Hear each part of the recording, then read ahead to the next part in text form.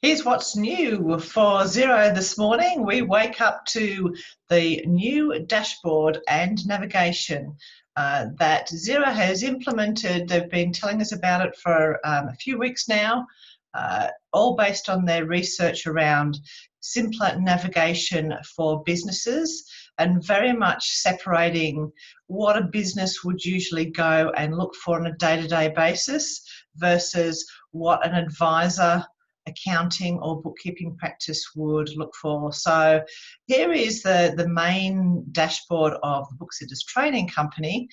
This has remained unchanged, but you can see it's the top navigations that are now different. What do we have? Well, we've lost settings over here on the left. Some of those have been put under accounting, and the balance of those you'll find over here to the left-hand side under settings, none of which can be starred. They're your standard setup items that you would go to when you want to change something that's setting related at the start of setting up the organisation, or making a payroll change, adding a payment service, changing your invoice branding theme or look.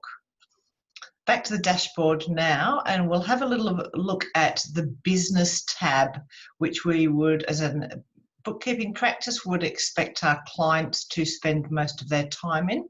So we no longer have separate inventory, expenses, sales and purchases. Rather, we have a grouping of things in relation to sales overview being the old sales dashboard. We can have a very quick look at that. That remains unchanged. Similarly, bills, purchase orders and your purchase overview have been grouped together.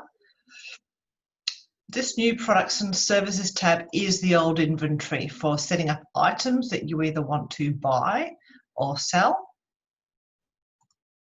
And then the expense claims for loading different documentation now for reimbursement. This is the new and additional payment expense screen. And so if a client hasn't paid for that functionality, they won't have access to expense claims. In the same way, if a user doesn't have access to payroll or payroll is not loaded, they won't see the payroll heading. If projects hasn't been chosen, then the projects options won't be visible either. Contacts remains relatively unchanged. If we have a look at all contacts here, you'll see an overview screen where you can add customer or bills and create your lists. So let's have a bit of a look at the accounting tab, which is of most interest to most people that would be possibly watching this video. Here we have bank accounts to review and set up, and then we can deep dive into reports. Now that gives us our normal full report dashboard, and anything that we star then is grouped under star with reports here. Similarly, the advanced functionality is most of the things that we would use not on an often basis: reporting codes, manual journals, find and recode, changing chart of accounts. So items, it makes sense to be under accounting because a lot of these things our clients would either ask us to set up or they potentially wouldn't have a use for. So anything that you star in here will appear under the advanced starred section down here.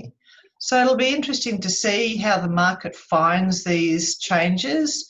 I think Xero is moving to try and differentiate itself possibly from other softwares, be very mindful of the opportunity that they have to grow their business in the business-to-business field, but by the same token, simplify things so that it is easy for non-accounting, bookkeeping-based people to find what they're looking for when they're navigating. So there's a really quick look at the new Xero navigation, and have a great day until next time on the Booksitters What's New.